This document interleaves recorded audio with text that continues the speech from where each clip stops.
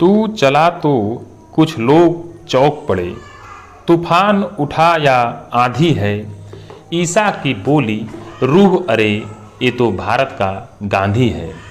दिनकर जी द्वारा लिखित यह कविता महात्मा गांधी के लिए लिखे थे। मोहनदास करमचंद गांधी से सभी लोग परिचित होंगे। जब बात आती है महात्मा गांधी की तो रेलवे स्टेशन अपने आप में एक महत्वपूर्ण हो जाता है, यहाँ तक कि तीर्थ जितना महत्वपूर्ण हो जाता है। आज से 129 साल पहले 7 जून 1893 को दक्षिण अफ्रीका के पीटर्सबर्ग स्टेशन पर एक रेल के डिब्बे के प्रथम श्रेणी के टिकट होने के बावजूद गोरे अंग्रेजों ने उठाकर 25 वर्ष के वकील को जमीन पर फेंक दिया।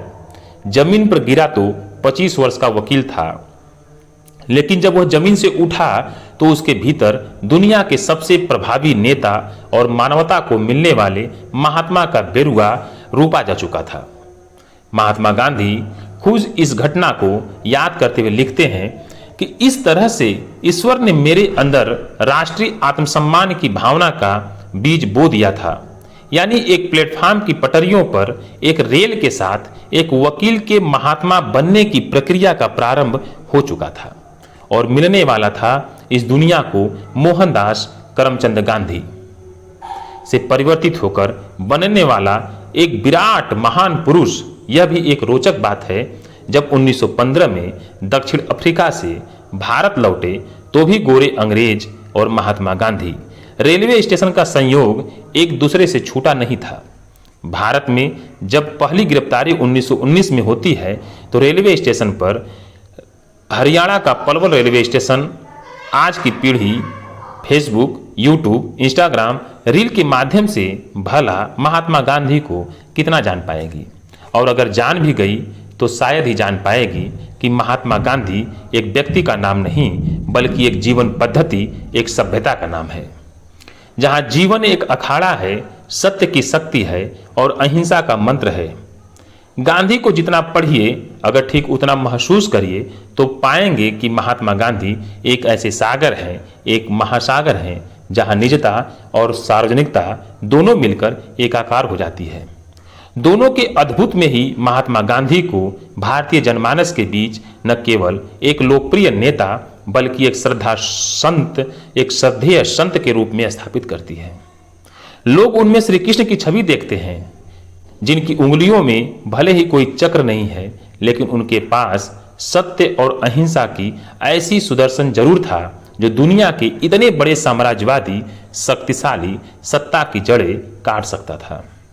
लोग उनमें राम देखते थे, वे राम जो खद्दर अपने बदन पर डाले हैं और अपने राज्य के लिए वनवास तक काट सकता है।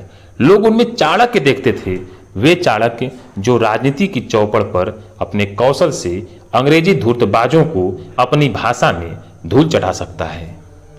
गांधी भारतीय और भारतीय जनमानस को गहरे ढंग से जान पाए थे। वह जिन सत्य और अहिंसा नैतिकता की बात करते थे, वे जानते थे कि उसकी प्रेरणा का कोई राजनीतिक भाष्य नहीं हो सकता, बल्कि आध्यात्मिक जागरण से ही संभव है। ईश्वर सब में सब कुछ नहीं देते हैं, यही अपूर्णता आदमी के भीतर कौशल का परीक्षण करती है। जाहिर है गांधी कभी अच्छे वक्ता नहीं थे, उनकी आवाज दमदार नहीं थी, वे धीमे बोलते थे, पतली आवाज में बोलते थे, लेकिन कर्म की गूंज, कंठ की गूंज से कहीं ज्यादा दूर तक जाती है, अनंत तक जाती है। महात्मा गांधी जो बात दुनिया के तमाम नेता गुर्रा कर धमका कर नहीं पहुंचा पाते थे, गांधी उसको अपने जीवन की दिनचर्या से बड़े सरलता से लोगों तक पहुंचा देते हैं। भारतीय जनमानस में भी यही भावना को पहुंचाते थे और गाते रहते थे, रघुपति राघव राजा राम, पति तपावन सीताराम।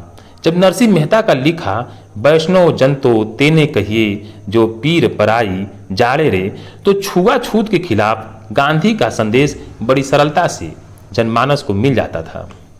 असहयोग आंदोलन के बाद 1921 का समय है। गांधी स्वदेशी वस्तुओं की उपयोग की अपील करते हैं, विदेशी वस्तुओं का बहिष्कार की बात करते हैं। ये बहिष्कार आज की पीढ़ी के हर साल दिवाली के अवसर पर होने वाले चाइनीज झालर के बहिष्कार जैसा नहीं था। बहिष्कार को गांधी को जामा पहनाया खुद अपने तन से कपड़े उतार कर। उन्होंने जीवन भर केवल एक धोती व तन पर एक चादर धारण किए रखा। आज की जो पीढ़ी है स्पोर्ट्स बाइक की सवारी करते हुए 100 की रफ्तार में मुंह में रजनीगंधा लेकर सड़क पर घूमते हुए चिरकुटों की तरह निकलने को ब्रेवोस्वेग समझते हैं, वह गांधी जैसे अहिंसक को यह बूढ़े की कमजोरी समझते हैं।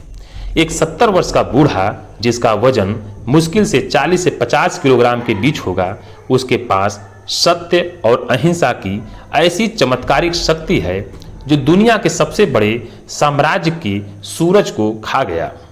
अहिंसा की शक्ति, नैतिकता की शक्ति, सत्याग्रह की शक्ति, क्या इनसे गांधी के उस काया को स्मरण करते हुए समझिए जिस आदमी के जबड़े ऊपर की पंक्ति से 4 दांत गायब थे और नीचे की पंक्ति से 4 दांत गायब थे।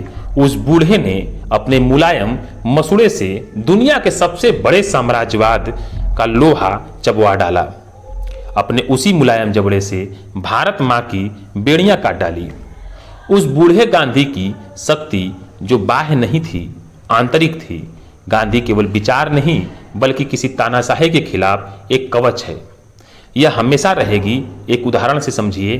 धरासान नमक डिपो, एक घटना जो सरोजिनी नायडू के नेतृत्व में 2500 लोगों ने नमक डिपो पर धावा बोल दिया।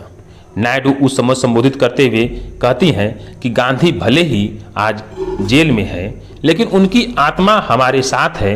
बस यहीं से गांधी के सत्याग्रह को एक ताबीज मिलती है। उन सत्याग्रह के माथे पर गिरती है जिनसे खून का फव्वारा छूटता है। वह भी सत्याग्रही को रुई के फाहे की तरह लगती है। घटनास्थल पर मौजूद अमेरिकी पत्रकार बेब मिलर विचलित होकर लिखता है कि लोगों को बेजुबान जानवरों की तरह मारा जा रहा था, घसीटा जा रहा था। मैंने ऐसा थर्रा देने वाला दमन का दृश्य कभी देखा नहीं था। लेकिन उससे भी ज़्यादा आश्चर्यजनक यह देखना था कि चोट खा रहे सत्याग्रही ना इसका विरोध कर रहे थे, ना ये चिल्ला रहे थे, अपने आप में एक गीत गा रहे थे, ईश्वर अल्लाह तेरे नाम सबको सम्मत दे भगवान। इस ऐसी हिंसा को देखकर मैं आधे विस्मित आधे अपमान से भर गया था। इस घटना पर अंग्रेजी नेता विंस्टन चर्चिल ने कहा कि नमक सत्याग्रह ने हमारी जितनी अवमानना व अवज्ञा की उतनी एशिया की धरती पर कदम रखने के बाद कभी हमने महसूस नहीं किया। काश हमारे आसपास के मंटू, रमन, गुड्डू, पिंटू, बबलू की नई पीढ़ी ने अपने पढ़ने लिखने की उम्र में अपने बाप दादा से मोबाइल गाड़ी के साथ साथ इतिहास की कुछ किताबें मांगी होती तो उन्हें पता चलता कि गांधी किस तरह की शक्ति के प्रतीक है। अगर भारत विश्व गुरु है तो गांधी उस विश्व गुरु के विजय का पताका है। हमारे आसपास के रमन, गुड्डू, पिंटू, बबलू गांधी के बारे में क्या बोलते हैं यह छोड़िए। जिस महात्मा गांधी से मिलने के लिए 1931 में लंदन के 7 स्टार होटल में ठहरे हुए दुनिया के महान प्रख्यात अभिनेता चार्ली चैपलिन माहौल नुमा होटल को छोड़कर लंदन के मजदूरों के घर झोपड़पट्टी में मिलने के लिए गांधी जी से जाते हैं। सोचता हूं अपने देश में ही गांधी से कितनी दूरी पर है, आज तक गांधी से मिल नहीं पाया। यह पीढ़ी गांधी से कितनी दूर है पर खड़ी है। हमें मेरा गांधी, अपना ही गांधी अपने देश में खोजे से नहीं मिल पा रहा है। अल्बर्ट आइंस्टीन ने कहा था कि आगे आने वाली पीढ़ियां मुश्किल से विश्वास कर पाएगी कि कोई हाड़ मास का ऐसा व्यक्ति भी इस पृथ्वी पैदा हुआ था। धन्य हो ऐसे महापुरुष, धन्य हो भारत माँ, धन्य है। जय हिंद, जय भारत।